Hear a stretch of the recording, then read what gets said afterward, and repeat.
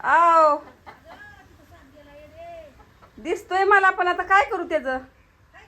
हाय की. कुठल्या माणसाला बोलवले?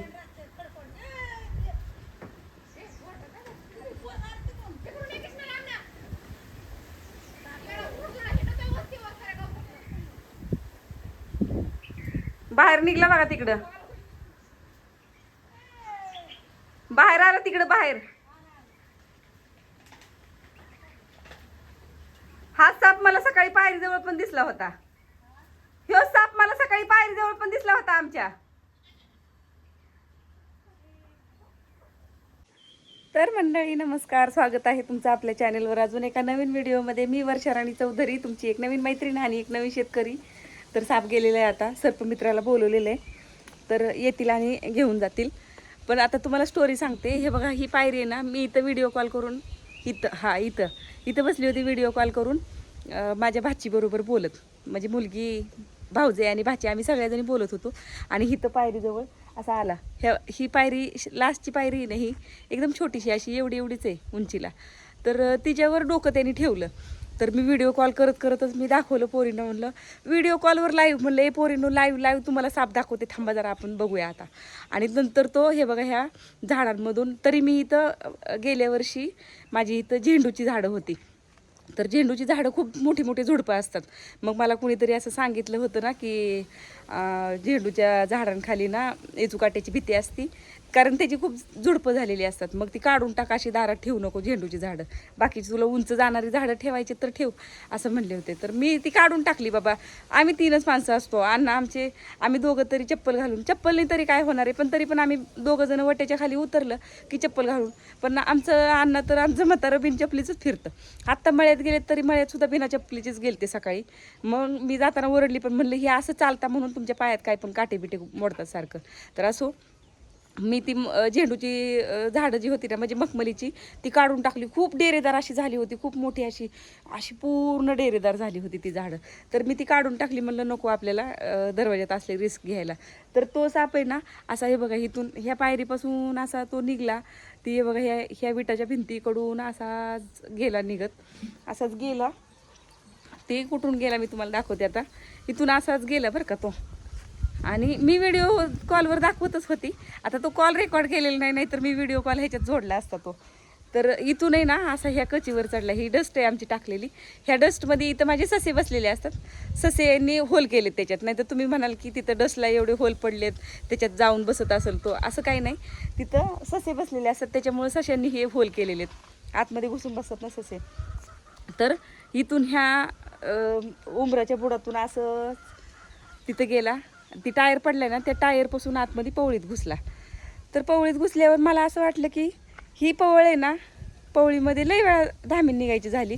म्हणजे आमच्या इथं आसपास कुठं पण हिरवळ आहे ना, सगळी माळात घर आहेत आमची.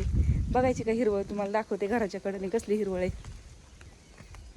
ही बाय मेकीत अडकली की मी गुरांच्या, असली हिरवळ आहे सगळी.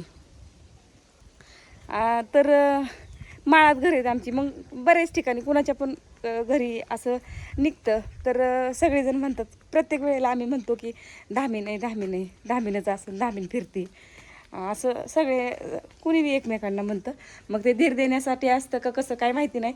पण अजून कधी कुणाला असं काय धोका नाही वाटला की इथे अमक्या ठिकाणी साप दिसला आहे किंवा काय, असं कधी काय वाटलंच नाही. तर हां, मी तुम्हाला सांगते, मी इथं वट्यावर होती बरं का. वट्यावरूनच पोरींला व्हिडिओ कॉलवर दाखवत होती. मी अशी तिथून आली आणि बघा इथून चढायला लागलं होतं वरती बरं का, इथून. तर मी काय केलं, हे स्टँड आहे ना, ह्यानीच असं आपटलं, असं करून आपटलं. ती पटकन सळसळ करत तिकडं गेलं पवळीमध्ये.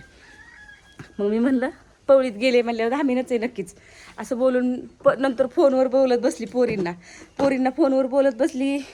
तिथून उठली, जेवली, गुरं पाणी पाजली. गुरं पाणी पाजायची राहिली होती, वैरण केली गुरांना, आणि बाथरूममध्ये गेली होती, वॉशरूमला गेलेली. तोपर्यंत जावचा मुलगा परत आला. पण ती पवळीत थांबलं नाही, ते पलीकडं निघलं, घराच्या पाठीमागच्या अंगणात निघलं. ते अंगणात निघल्यावर तिने कालवा केला. त्यांची लहान लहान मुलं आहेत, खूपच लहान मुलं आहेत त्यांची. ह्यांच्या घरी, शेजारच्या घरी, अशी दोन्हीकडं खूप लहान लहान मुलं आहेत. अशी 5-6 लेकरं आहेत तिकडं. मग थोडी भीतीच वाटते ना लेकरं असल्यावर. मोठी माणसं तरी सांभाळून इकडं तिकडं बघतात आजूबाजूला कसं पण, पण लहान मुलं बघून चालत नाहीत, कशी पण पळतात इकडून तिकडून. मग तिने पटकन सर्पमित्राला फोन केला. तर मला जावाचा मुलगा सांगायला आला की हां, आणि तिने लक्ष ठेवलं की कुठं जातोय तो, कारण सर्पमित्राला बोलवल्यावर त्याला दाखवायला लागणार की तो कुठं जाते म्हणून. तिने लक्ष ठेवलं तर तिकडून फिरून परत तो साप माझ्या शेडमध्ये आला. मी जो क्लिप आता तुम्हाला दाखवला होता ना तो, म्हणलं बापरे, ही सकाळपासून इथं फिरते आणि आता मला ह्याच्यात कॅप्चर नाही झालं, पण ती धामीन नाही, तो नाग आहे.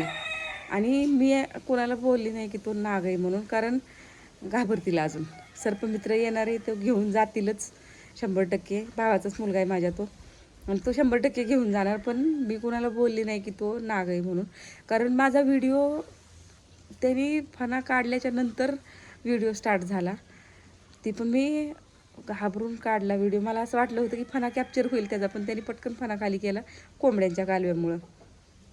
पण मी कुणाला बोलली नाही की तो नाग आहे, कारण अजूनच घाबरतील. कसं सगळ्यांच्या डोक्यात हे ना की धामीने फिरते इथं फिरते इथं.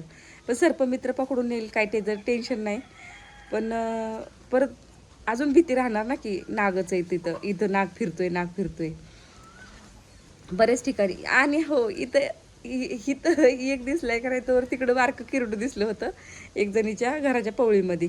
आमच्याकडं असं म्हणजे बऱ्याच जणांच्या घरी अशा पवळी आहेत दगडांच्या, तर दगडाच्या कपारीमध्ये तिकडं आणि एक किरडू दिसलं होतं.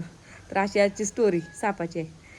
आणि आजूबाजूला हिरवळ वगैरे असल्यामुळं, पवळी असल्या घडगे असल्यामुळं थोडं फिरते तिकडं जनावरं. पण आम्ही असतो जपून सगळेजण, म्हणजे सगळेच एकूण एक टोटल घरं सगळीजणं.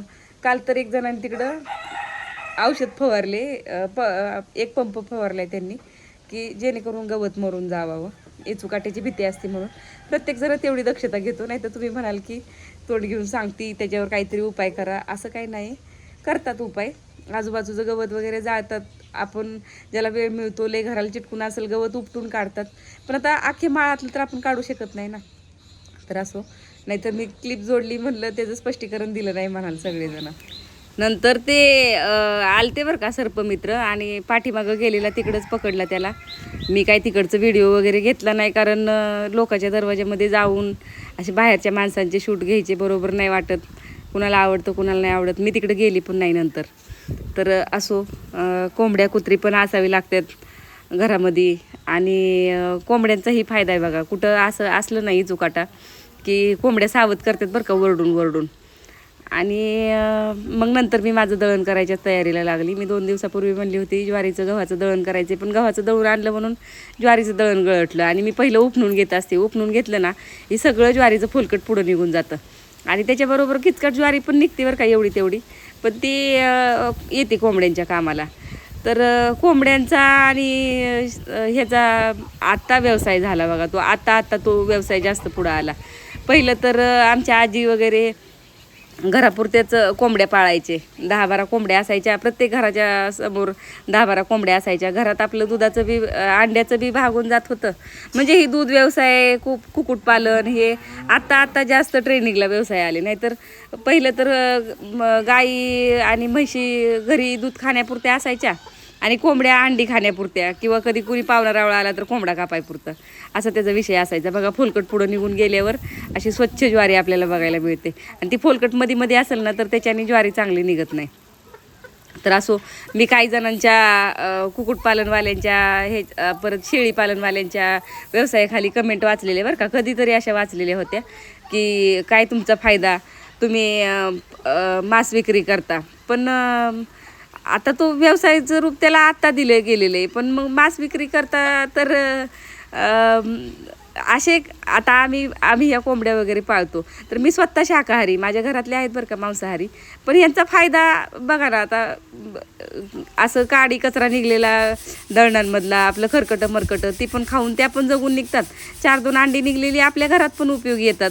आणि एक कोंबडीला किती वय असतं असून जास्तीत जास्त किती वर्ष कोंबडी चालेल? 2 वर्ष ते 3 वर्ष तिचं आयुष्य. मग कापून खाल्ली तर काय बिघडलं त्याच्यात?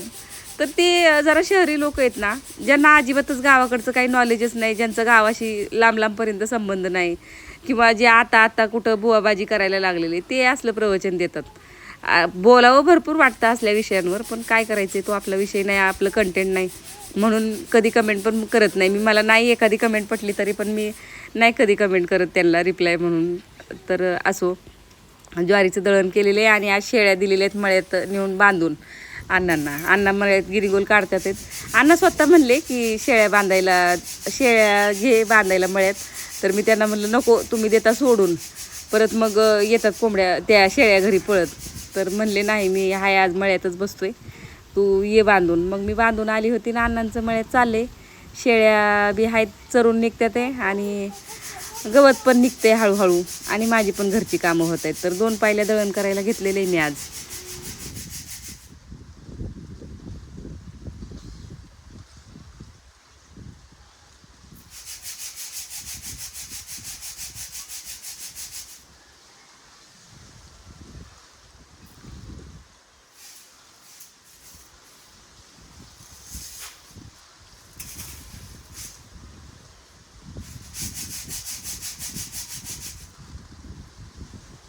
तर मंडळी, मी दळण करत बसलेली बरं का, आणि एकाएकीत गायचा ओरडलेला आवाज आला, घाम आलाय. तर मी विचार करते गाय का ओरडली असेल बरं. बघते तर दुसरी गाय गज्जीत सुटून गेली. किती गायांना डोकं असते ना, म्हणजे त्यांना फक्त आपली भाषा बोलायला येत नाही, नाहीतर वळण किती बघा. आणि ही उभी राहिलेली ओरडती, म्हणजे ती सांगती गाय सुटली जा बघायला म्हणून. चल ना मग, हट. अजून वैरणीचं टायमिंग होतंय की तुझ्या. आली सुटून लगेच इकडं. माझ्याकडनं बांधण्यात नीट आली नव्हती म्हणून सुटली.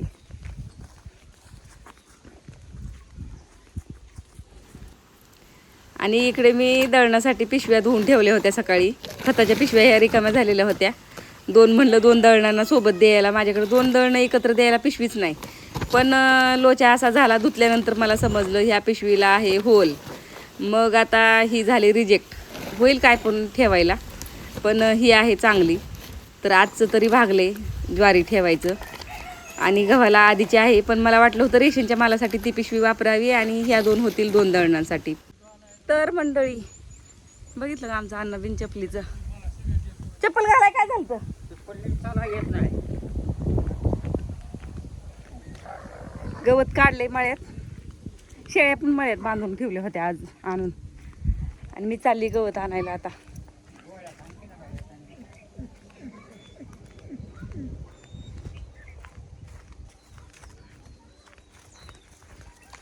हे आमचं गिनीगोल मस्तपैकी फुटले आता. उन्हाळ्यात सगळं जळून गेलं होतं. ही शेजाऱ्याचं गिनीगोल आणि इकडचं आमचं. हिऱ्या टाकला होता ह्याला पावसात येऊन, म्हणून ती फुटलं एवढं मस्त. आणि हल्ले काळुखी आली एवढी त्याला. कसं काय आले. गुरांचा चारा असला म्हणजे बरं वाटतं. आणि अन्न आपलं हळूहळू हळूहळू गवत काढतात येऊन.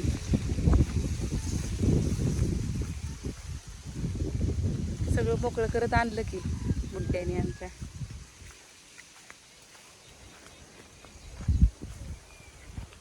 कसली अडचण झाली. इथं शेळ्या बांधल्या होत्या आज आणून, खाली बाजरी तिथं देवीजवळ. बाजरीने बी तुरं टाकलेत, कणसं आले ते त्याला, पण बाजरी वाढली नाही. बाजरी उन्हाळ्यात पेरली आणि पाणी बोर गेला आटून आमचा. बाजरीला पाणीच नव्हतं पुरलं, मग सोडून दिली. पण पाऊस पडल्यावर फुटली.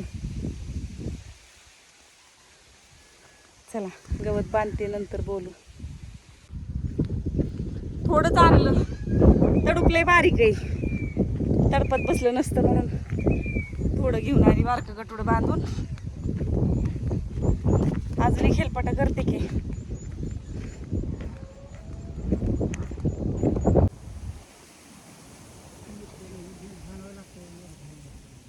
कुठला आम्ही सांगितलं नाही त्याला, सांगितलं असतं तर मारलं हाणलं असतं त्याने.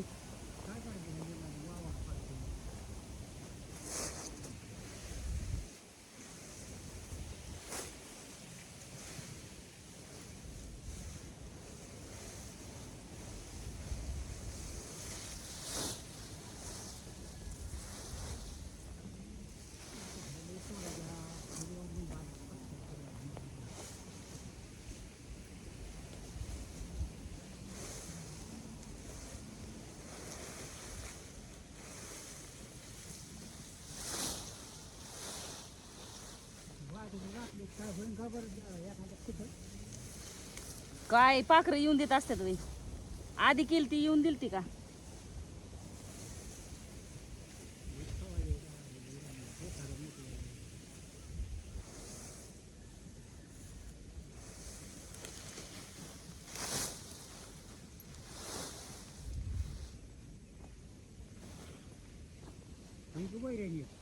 हम्म.